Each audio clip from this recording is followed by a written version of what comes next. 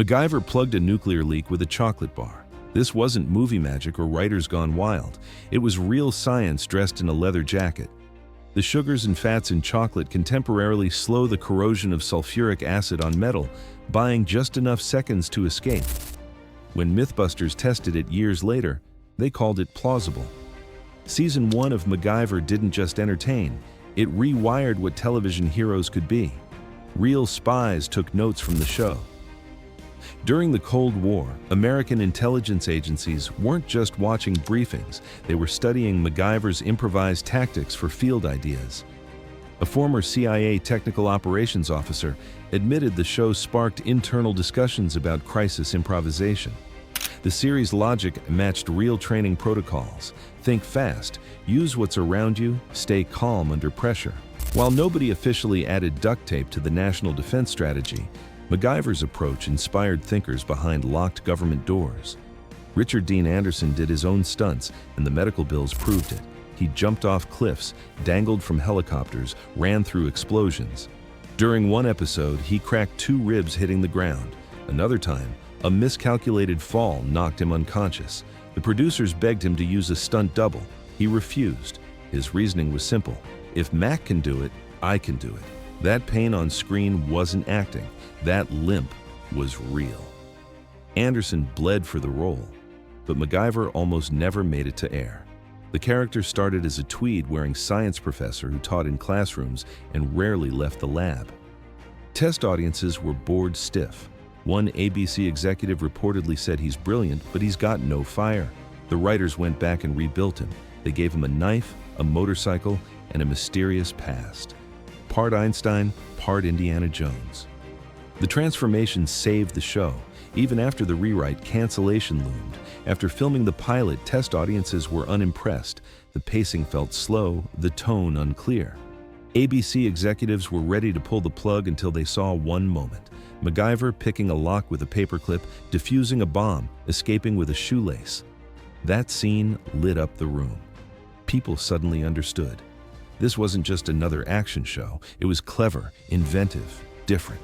That paperclip didn't just open a door on screen, it saved MacGyver from cancellation. The iconic theme song that defined the series was never meant to be final. Composer Randy Edelman submitted it as a temporary demo while working on something else. When producers heard it, they stopped cold. "Don't change a thing," one said.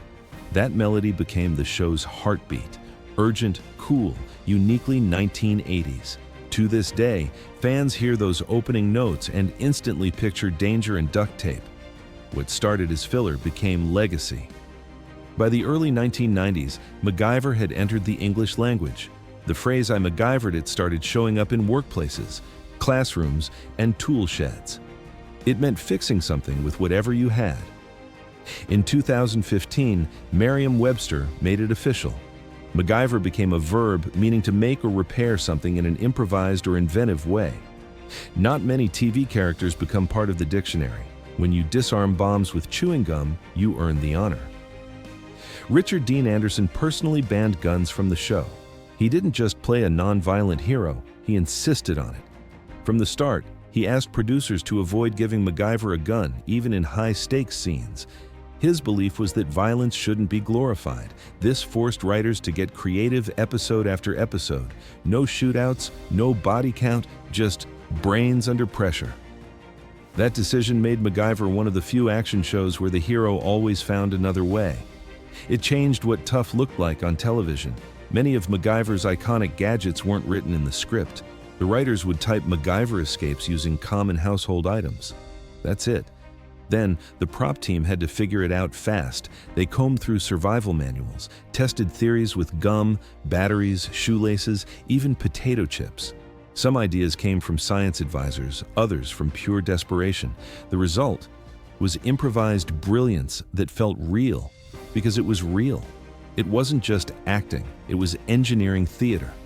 MacGyver once disabled a satellite dish using a foil wrapper, wire, and a candle. According to physics consultants, heating the foil could theoretically interfere with the receiver's signal briefly. The show's science team worked hard to ground each MacGyverism in plausibility, even if the execution was TV drama.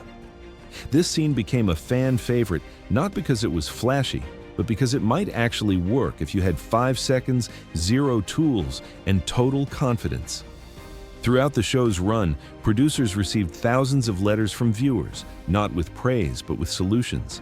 Engineers and science teachers sent blueprints for escape devices, field hacks, and MacGyverisms made from everyday objects. One fan mailed in a pulley system built from a belt and a car seat. Another submitted a soda can wind radio. Some ideas were so clever they were adapted into later episodes. MacGyver wasn't just a show, it was a global brainstorm session. When ABC previewed the pilot, executives were divided. Some liked the character's intellect. Others thought it was too cerebral for an action series. There were notes to add more guns and cut the science. But the creators stood firm. They leaned into Mac's quiet brilliance and refusal to shoot his way out. That gamble redefined TV heroes for a generation. Instead of lowering the bar, MacGyver raised it with physics, not firepower. While MacGyver was praised in the US for promoting brains over bullets, other countries didn't always agree. In parts of Eastern Europe and the Middle East, several episodes were censored or banned altogether, not because of violence, but because of subversive themes.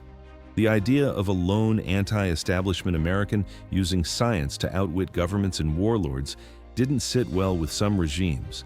In Romania, the show was considered culturally corruptive. Still, people smuggled VHS tapes across borders.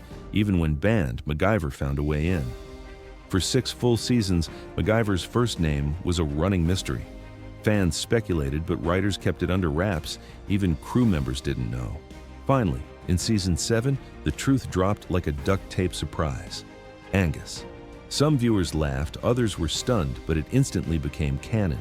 Richard Dean Anderson loved the reveal. After all, it fit the show's quiet subversion.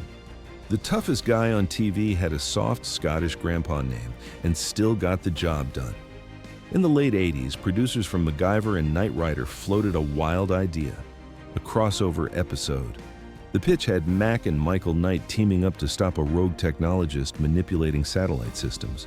Mac builds gadgets, Kit hacks the grid. The concept made it to early treatment stages, but studio conflicts over tone, airtime, and top billing killed it. Fans never got to see it. But for a moment, duct tape almost met Turbo Boost. CBS launched a MacGyver reboot in 2016. New cast, slick tech, faster pace. But fans were unimpressed. Gone were the homemade solutions and quiet tension.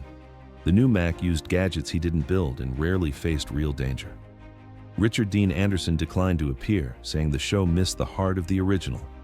Although later seasons improved, the first year left a dent.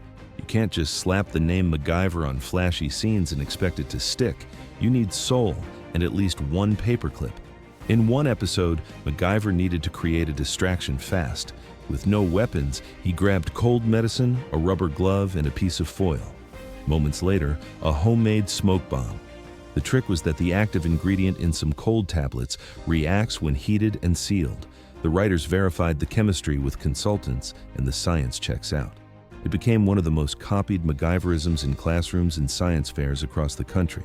Stranded in the middle of nowhere, MacGyver brought a dead truck back to life using a nickel, jumper wire, and quick thinking. He wedged the coin into the starter solenoid to complete the circuit, a real method used by mechanics in a pinch. The episode sparked so many questions that automotive magazines broke down the scene to explain the logic. With the right conditions, you can hotwire a vehicle using pocket change. Never underestimate a guy with a coin jar. In season 2, MacGyver wires up a homemade polygraph using a stethoscope, an alarm clock, and a blood pressure cuff. While not court admissible, the concept was based on real polygraph principles. Monitor heart rate and sudden spikes in pressure. The writers had science consultants review every step, and they gave it a cautious thumbs up. 4. Jungle interrogation under pressure. Not bad for a guy carrying office supplies.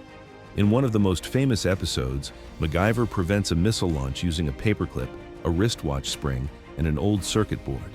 The setup is peak 80s TV, but the logic was loosely inspired by real Cold War engineering. The writers worked with a NASA consultant to build a scenario just plausible enough. Fans wrote in by the hundreds asking if it could really happen. The answer was theoretically yes, but only if you're MacGyver or an aerospace engineer with nerves of steel. In the early 90s, producers pitched a MacGyver animated series aimed at kids. It had bright colors, catchphrases, and a wisecracking animal sidekick. One version featured a teen apprentice, another added a robot dog. Richard Dean Anderson shut it down immediately.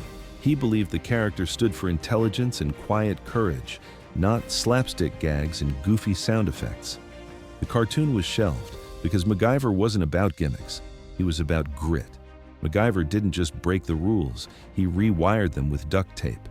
In a world of copycats, only one show ever made chewing gum feel like national security and duct tape look like destiny.